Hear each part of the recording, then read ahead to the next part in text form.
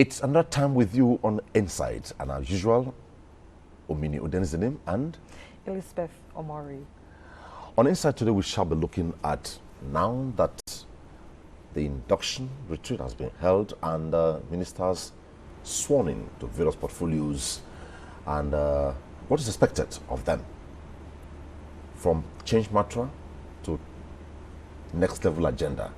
Will they be able to drive it? What are the expectations of Nigeria? Let me start with Lizzie. What do you think is the look of things? Well, I think I want to see the drama unfold and the controversies, because for some of them it's continuation, and then others it's a different ball game. So let's set the agenda. Of course, the agenda has been set. What are we going to be seeing? What are we going to be expecting? Are there going to be citizen-driven projects? Will some be abandoned? Will abandoned ones be picked up? So let's see how the drama unfolds. And my guest on the media review segment will provide answers to some of these questions. You will see that. So on discussion segment on ASAR, we shall be looking at, as the new ministers assume office, what? Just that, what? So sit by and take a listen to what we have for you on Insight. It promises really to be very, very insightful. Up next on the program is the discussion segment. Stay with us.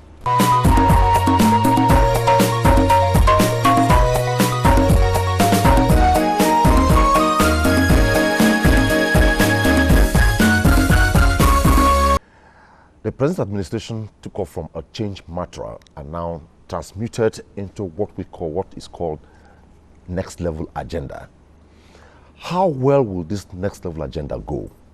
You will remember vividly when the ministerial lists was sent to the Senate for confirmation and screening by Mr. President, by the Senate. A lot of conversations sustained across the divide in the country. The issue of, it was not a surprise to Nigerians. It was a surprise to Nigerians. The ministers, the names would have been sent with portfolios. The issue at the point of screening, it was the issue of why are some people taking a bow and go. But we have left that now. An induction retreat has held, and the ministers will be sworn in. Now, as they get sworn into office, what next? My guests, Susan Henshaw, attorney and non-profit professional. Good to have you on Insight. Absolutely, thank you. And Chukwudi Enekwechi, JP, journalist and politician. It's good to have you. Thank you very much. Always a pleasure having a lawyer and a journalist. So, big question. Where do we have the next level agenda activated as the ministers assume office? Let me start with you, Susan. Well, I honestly really think that it's still going to be the same 3 or 4 pronged security. It's going to be the economy, and what's the third one now? It's also going to be anti-corruption. Anti-corruption, you know. Now on the next level, of course, literally speaking, we're taking it to the next level, which means we've dug ourselves out of the hole, you know, we started off with. So it's really time to run now, you know. So basically that's what we're going to see going into this level with this government. And I think that all this weight with the ministers, you know, having taken, actually, frankly speaking, when you really think about it, it's not been too long of a time. You know, the president got inaugurated in May, you know, and it's June, July, we're in August now. You know, it's that reasonable time? Absolutely. You know, it's reasonable time enough for him to make absolute sure. Let me reiterate what I say every time I've been, you know, here. When you set it up well, it runs well. And let me tell you something else that I you know, personally, my thoughts have been is that in this nation, whether we like to believe it or not, there's something called the Nigerian factor. We all know what it is, you know. And so things kind of work a little differently. You know, people will tell you, oh, you know, why this, why that. But we really, whatever the government is doing has to be tailored to suit its environment. And when I say the Nigerian factor, what I really mean is that anybody who's taking time to set things up right just has to take the time. Unless you just want to hydroplane in, like we've seen in the past, and look where it got us. You know, the president himself said, so all the people that, you call me Baba, go slow. So all the people that ran ahead of me, where did they actually go? Nowhere. You know, it almost seems like we're right at square one after all of that, but not to digress, you know, from... So, the next level agenda, I think that, you know, I personally believe, you know, like I was saying, that time has been taken. And this is really my personal belief, I could be wrong. Time has been taken before the new ministers come in to make sure that the permanent secretaries have dotted the I's and crossed the T's, so that we don't come into a situation where, you know, there's sort of an overlap in transparency or documentation and all of that. So I personally believe that this time period has been where, all right, this is where we are now with the last, you know, and it's time for the new set of people to come in. You know, I think that little break in transmission, or whatever you want to call it, I think that it's all well planned. It's not a happenstance, you know, for things to really kind of take off on a very good plane, you know. Then there's going to be the retreat. So everything, as you can see, it's very well planned out and unrolling. So that's a good thing, I think. Yeah, I really believe so. Okay, when the Senate cleared the last nominee, who are now designated and will be ministers eventually as we speak, the expectation was that the very next day they will be sworn into office by Mr. President. Yeah. But the surprise came that we got press releases from the Cabinet Office of the Secretary to the Government of the Federation, talking about an induction retreat beyond the ordinary. People least expected it. And following up was right then a date to the first swearing in. And a lot of persons did not understand, maybe because maybe it's the first time such a thing is happening. How will it be? Will it still delay? So, induction retreat, back-to-back swearing in. What do you make of it, Chukwudi? Well, I think that the ministers, there is need for them to acclimatize themselves to the new environment they are coming. You recall that many of them are new, and even the ones that have been reappointed, they need to key into the vision of the president, and that vision translates into delivering democracy dividends to Nigerians. Nigerians are very expectant that these remaining 4 years of Mr. President will be used to bring about significant changes in their lives. We need to see that there is abundant food, that security is there, that our economy has improved significantly. We need to see that the anti-corruption fight of Mr. President is gaining momentum. I think this is the direction the new ministers are expected to follow. And I believe that they will support Mr. President in actualizing his vision of making Nigeria a better place for all of us. That is my thinking as far as the new administration is concerned. The next 4 years, they are supposed to put on their thinking cap. They are supposed to set the ball rolling and make sure that Nigerians benefit from governance. Now, there is a new template. That template is the one that is bereft of corruption. Nigeria has to be weaned of corruption so that the money that used to go into corruption can be translated into bringing about development in tangible terms, such as infrastructure for our people. You know that the railways is ongoing, the railway projects are ongoing. And for instance, if Mr. Rotimi Amechi should come back to that portfolio, I believe that he should be able to complete the ongoing projects. And what if he does not come back? Just ask him. Because if he does not come back, government is a continuum. Beautiful. Yeah. Whoever is there will key into the roadmap that is already on ground. Yeah. He will have no reason to deviate from what the previous minister has already done. So I believe that government is a continuum, and that the next 4 years, Nigerians will witness significant milestones in terms of government achievements. Okay. We always have this kind of hold up. It's a common language here, hold up. When the new government is inaugurated, new ministers are inaugurated, you said, give me some time. but we all saw boxes, black boxes, brown boxes that were handed over to the ministers. Then they were ministers designate, meaning this is the documents, this is the policies of government, this is the direction of government. Study it.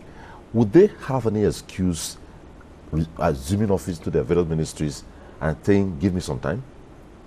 Well, Because I expect by now, after the induction and subsequent swearing in, they should be abreast of what the direction of government is all about.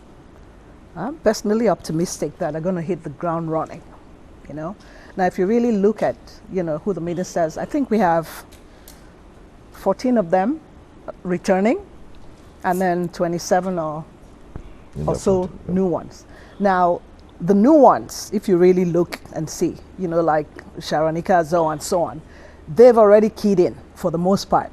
You know, those who haven't, who are just coming in for the first time, a lot of them have also been very, I mean, they know what's up, you know, even though they haven't exactly been in public service or in government. So this time it's going to be hitting the ground running. I honestly really have a very good feeling about this second term. Not only because the ministers are really going to be really focused and directed, zero excuses, but also because we have a legislature to work with. You know, I think people kind of underestimate, you know, how important it is, the synergy between the executive and the legislature. People really underestimate the extent of the drag, you know, the whole problems between the executive and the eighth NAS, for example, had on the nation. You know, I think we were too preoccupied with the politics side of it to really understand that this is really so negatively impactful on us as a nation overall, you know, overall.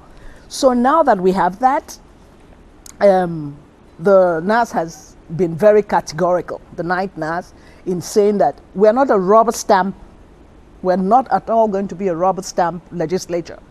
But in the interest of the nation, you know, we're going to work really hard with the president. Those parts where we're going to make sure that we're all on board, you know, and not, you know, being a drag. So I can really see everything really coming together this this second term. I can, when it says next level, we're truly on it, you know, not to be overly optimistic. We're going to get it right. You know, the next 3.5 years is really going to be run, you know. Like I mentioned before, we have also underestimated how deep in a hole we were, you know, when this administration came on board, you know, and you don't run unless you crawl out, you know, you dig yourself out of that hole. So we're done with that, you know. It's in so many ways, you know. I as we were driving over here, I was just thinking about how we take things for granted. For example, you know, we're so, I don't know, for lack of a better word, we're so much about the negatives. But if we put the positives together, you know, the cumulative effect of that is huge. That's the truth, you know, in whichever way you look at it. Even insecurity, you know, everybody's shouting insecurity, and I've responded and saying, if we cut out the rhetoric, even for 1 week, it would give us a clearer picture of where we are, the insecurity we're talking about. But they've, you know, the opposition, let me just come out and call it, they've inundated the space with so much rhetoric, you know, that it's so hard for even the common man who you claim, you know, you're speaking up for, to even get exactly what you're talking about. Yeah. When you say, oh, the sky is falling down and the president is not doing this and people are dying, like I had the IPOB in Germany, you know, I pardon me for being all over the place, but all these things, you know, are interconnected, you know. People are shouting, people are dying every day, and insecurity and this and this. Where? We have, you know, high crime going on, which of course the police now are exerting themselves seriously, as we can see. You open the papers and the, you know, people being caught, criminal cartels are being busted left, right and center, you know, illegal arm makers are being, taken down. Yeah, let's put that focus there. Let's not distract from what is really happening, just because we want to create an atmosphere of gloom and doom and fear mongering. It's not happening. I go to the markets every day. People are doing their thing. People are trading. People are over at the ShopRite, and so on. Apply a little bit of the universal precaution of safety. Know where you're going. Report criminal activity. If you see something, say something. That's what we need to be hearing. Still on the people. Yeah. Let me go to Enekwechi. Yeah. Normally, when a new team comes on board, a lot is expected from them. What kind of attitude should Nigerians be putting up currently as the new ministers take the mantle of driving the Thank you economy? very much. Nigerians are full of expectation. Yeah. Nigerians are very hopeful that things will get better. Yes, if you consider in the past 4 years, we have made significant progress. But we need to consolidate on that. Absolutely. I was reading the Daily Sun, and I saw the sordid condition of roads in the southeast. And then it's very pitiable. And then these new ministers, whoever may be the Minister of Works, is expected to pay attention to such a region like Southeast, where roads are terribly bad, especially federal roads. So these are some of these things that... but we saw a lot of pictures, a lot of videos in the first term of jobs done in the Southeast. No, there's no denial about that.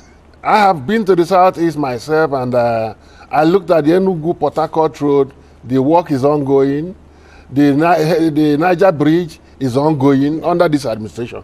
But there's much to be done as far as roads are concerned in the Southeast. So that is for that particular region. Of course, if you go to other regions, there are other needs that need to be attended to. So these new ministers must realize that to whom much is given, much is expected. They must also realize that, like Caesar's wife, they are expected to be above board. They must eschew corruption. They must key into the vision of the president to make Nigeria a better place. They must be selfless in service. They must serve Nigerians. They must deliver on their various mandates. Provide roads for Nigerians. Provide food for us. Ensure that security is there, that there is light. Look at communication. I understand there's a school in Enugu for the Ministry of Communication, which has not been activated. This school has been completed over many years and left redundant. Is it not expected that such school in Enugu will be opened so that Nigerians can go and acquire knowledge on ICT? Yeah. Because when we acquire more knowledge on ICT, we should be able to become manufacturers ourselves, not just consumers of other countries' ICT, like China. China is made up of human beings. Nigeria is made up of human beings. Yeah. Why can't we grow simultaneously or like them? So I think that the new ministers all hands must be on deck to ensure that we don't waste any opportunity to make life better for everybody in Nigeria. Absolutely. That is our expectation. Okay, though we have touched on it slightly. Now, let me put it this way. Elections have been won and lost. Though we have pockets of petitions at the presidential level, at the governorship level, at the state assembly level, ongoing. But with time, we'll get to know the result. But visibly, elections have been won and lost, meaning the governance space should be administration now. Right. When can we have it that ministers are in office, governors are in office across board, local government chairmen are in office, and we see them running government as government, and not government, say in a particular state, we see government running tied to PDP, government running tied to APC, government running tied to ABGA, government.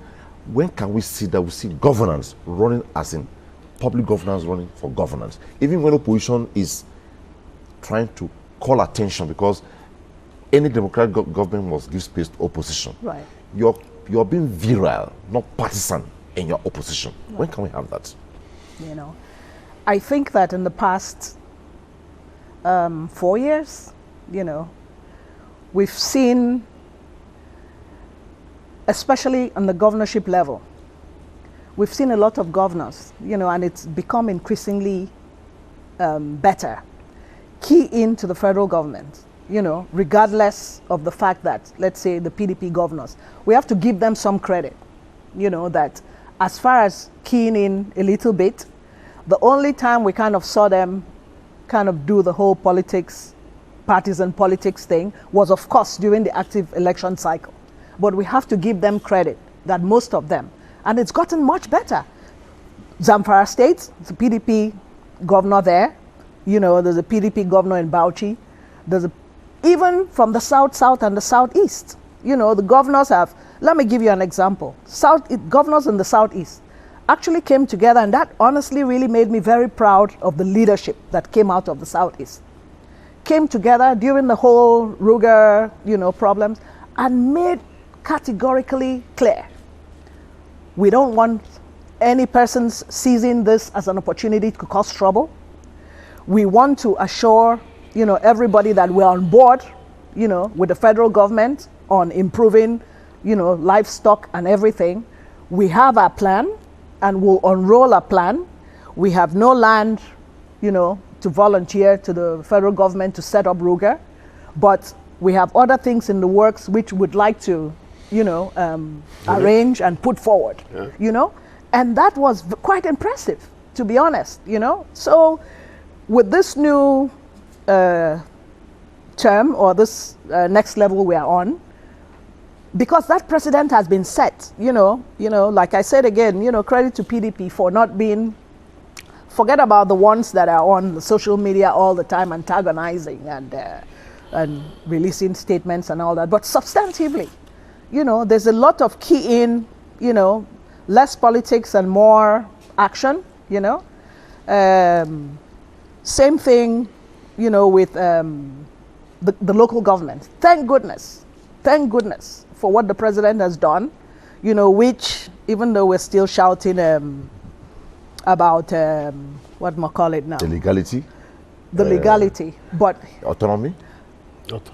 But he's done well. Yes. You know, I heard first payments or the second payments already went out to the local government. Direct. You know, yes, went out to the local government to be able to let them do stuff in their local governments. You know, instead of being under the whims and caprices of the governors. Same thing with the judiciary. Same thing with the state assemblies.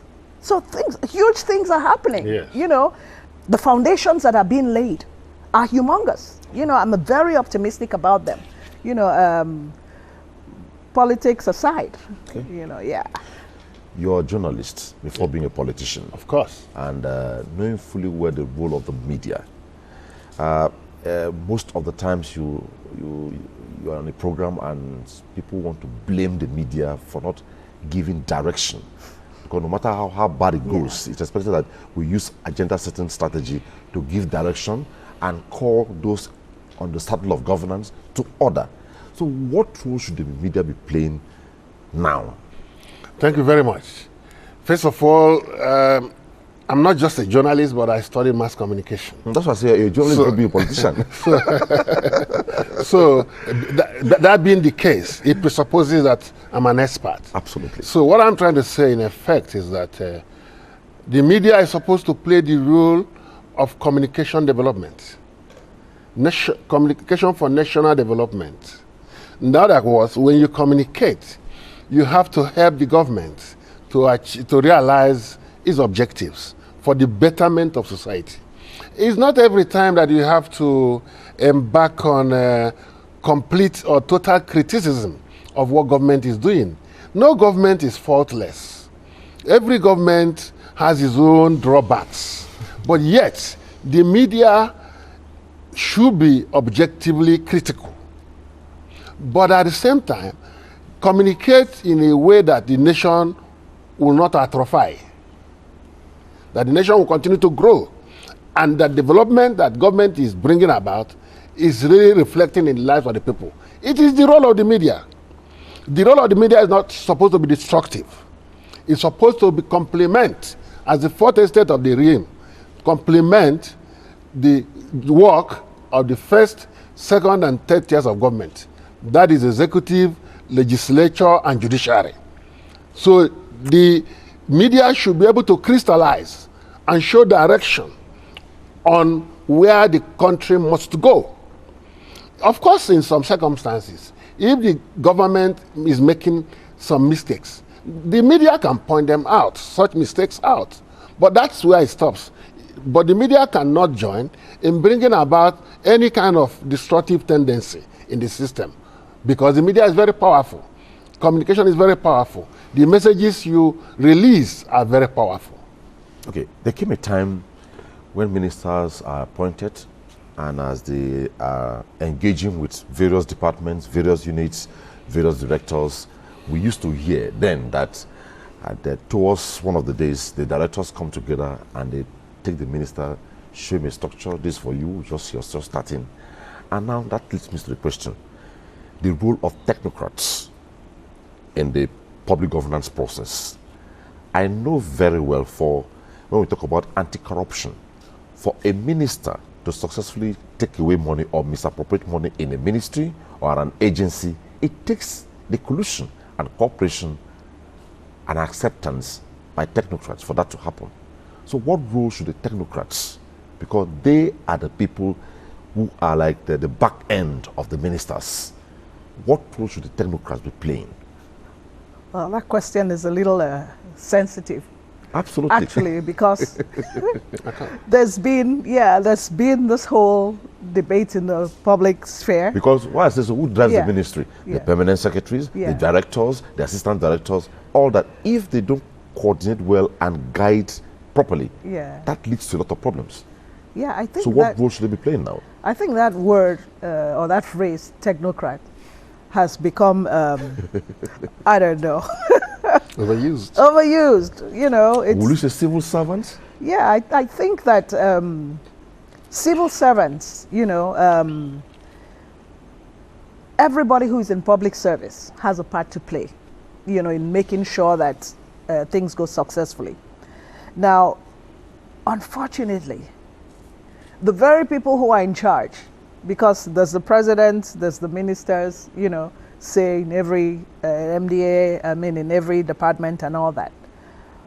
But unfortunately, whether we accept it or not, a whole lot of responsibility lays with the civil service. And everybody would agree with me, for the most part, that one of the things we need the most is to shake up the civil service a little bit. It's almost been like a log, you know. The civil service is like a dark cloud that just wouldn't move away, even if it rains. And I think that, unfortunately, they are really the nuts and bolts, you know, of really a successive government. And I don't care what you call people, you know, I just detest that technocrat, you know, because it's just overplayed, you know. Okay. Any persons who are responsible enough to understand what the role is and to work that role with the integrity that that office deserves would do great, you know. And even if it's somebody that is responsible for doing the cleaning, you know, of a particular place, doing your job with pride and being there every day and not stealing any stuff that people forgot there, all those little things have a cumulative effect of making things work right, you know. So technocrats ain't got nothing to do with it. I'm sorry to just go straight and say, you know, because if a technocrat is not going to do the job right and it's going to not have integrity, what are his skills useful for? Yeah. Yeah, you got it. Yeah, I got it. Yeah.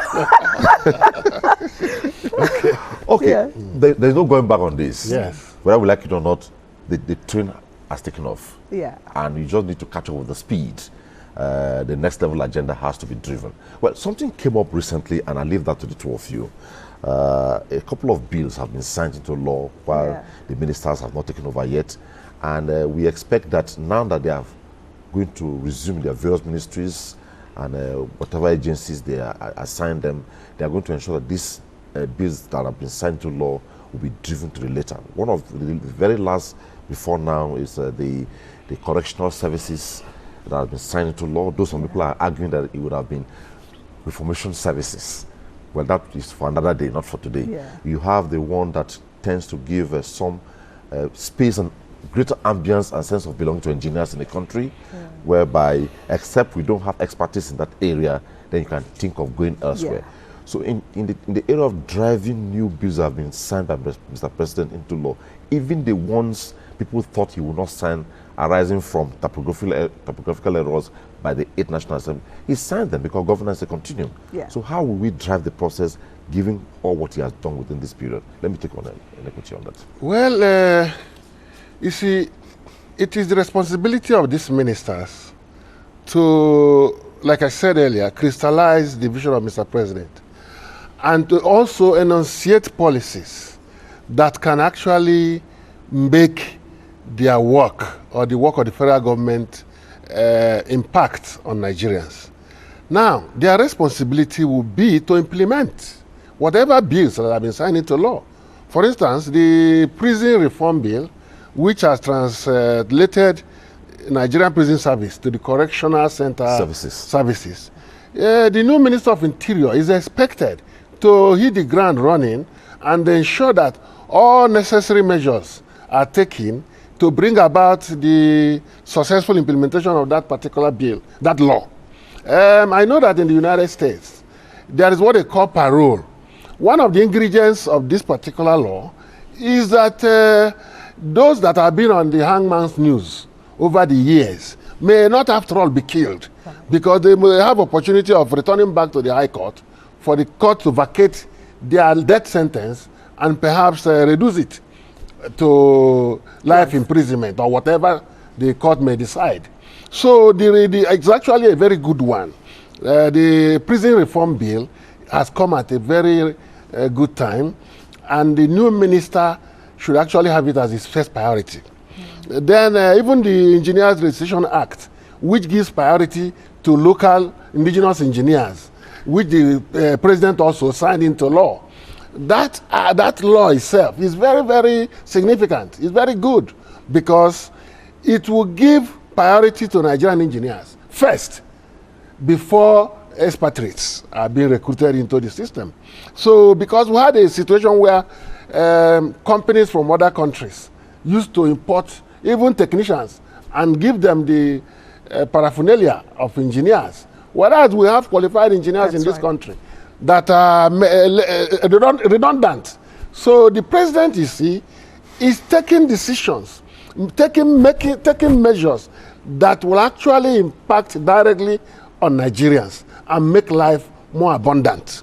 So I expect that the ministers will work harmoniously with the bureaucracy, that is civil service, to ensure that the vision of Mr. President is actually actualized in all sectors.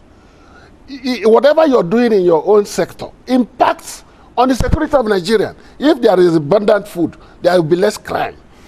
If there is a good communication, there will be less crime in Nigeria because the criminal operate where communication is insufficient. And if people are feeding well, you will see less prostitutes on our highways, on our roads, on our streets. You will see less crimes on our streets too. So I think that it's important that the ministers understand the importance of what they are coming to do. They should not take the opportunity given to them for granted.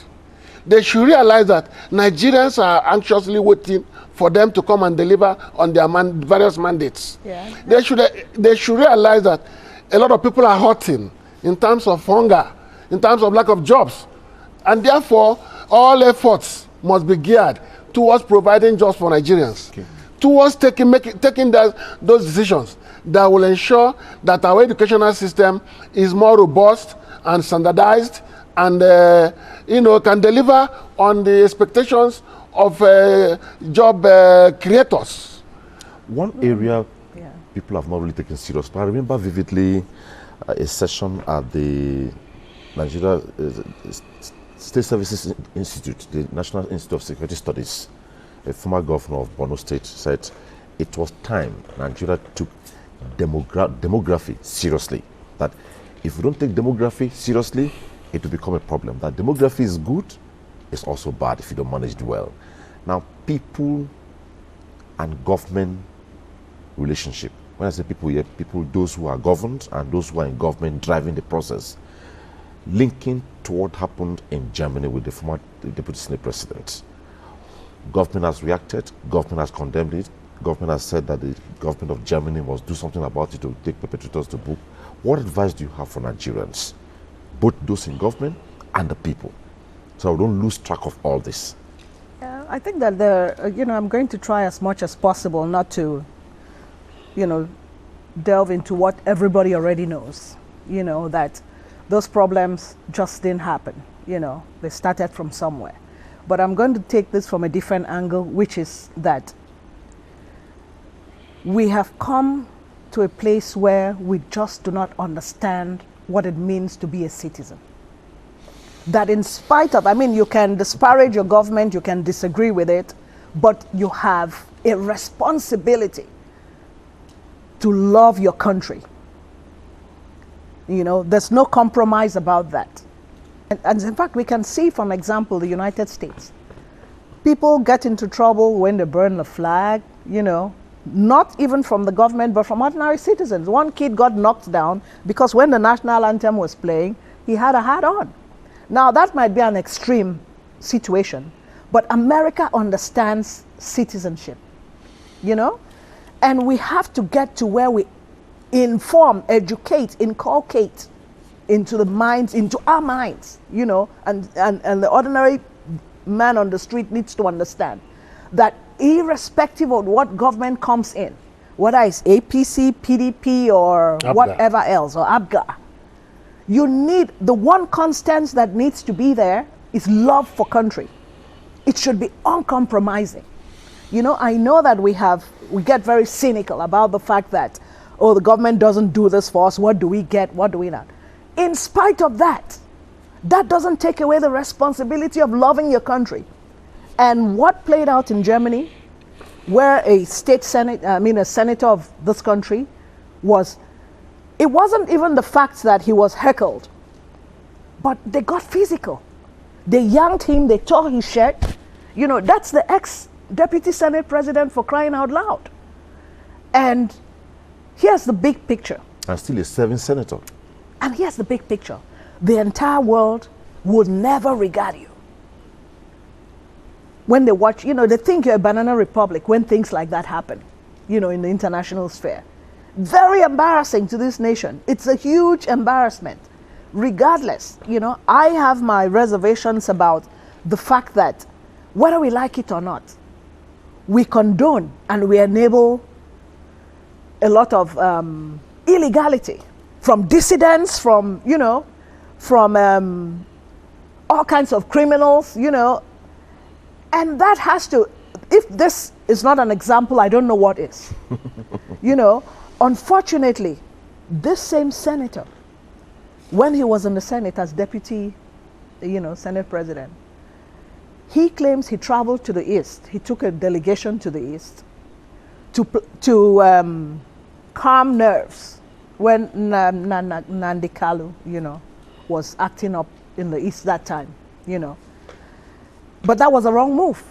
And if nothing else tells us that, this does. You don't play with that kind of dissension. You don't. You shut it out. There are ways and means to be unhappy about what's going on. And what he would have gone to the East or to the Southeast to say is that we are your representatives in government. Come to us with your problems. Tell us, we want, this is what we want, A, B, C, D. We want you to start a process and convince other senators that we need to make whatever. Let me even go ahead and be to the full extent of ridiculousness. We want you to start a process and convince other senators that they need to change the laws to allow secession. Okay. That didn't happen. Instead, they went there, placated these people, enabled them and empowered them. They became lionized. Now, from wherever hole he is, the leader of the IPOB is dishing out directives to people who would, react and follow his direction. That's where we are. Very sad. On a concluding note, let me say we have tried to go round, but just a snippet, Enekwechi, code of conduct for the ministers. They should not be carried away. They have just been obvious. How should they conduct themselves? Just a few words. Like I said, the way they should carry themselves is that as Caesar's wife, they must be above board. Yeah. And the president is known for integrity. They should be able to actually demonstrate that in all they do. And then service to the country. They must be able to deliver on projects. Right. Make sure that they work around the clock to make Nigerians happy. They should provide roads for us. Provide houses for us. Provide power for us. Provide food for us. Get me napping. We looked at, as the ministers assume office, what, and I believe we have tried to touch on the what and give them as a guide. Well, thank you so much, Chukwudi Enekwechi, journalist, politician. It was good to have you on Insight. Thank you very much. And Susan Henshaw, attorney and non-profit professionals. Thank you so much. Up next on Insight is the media review segment. Don't go away.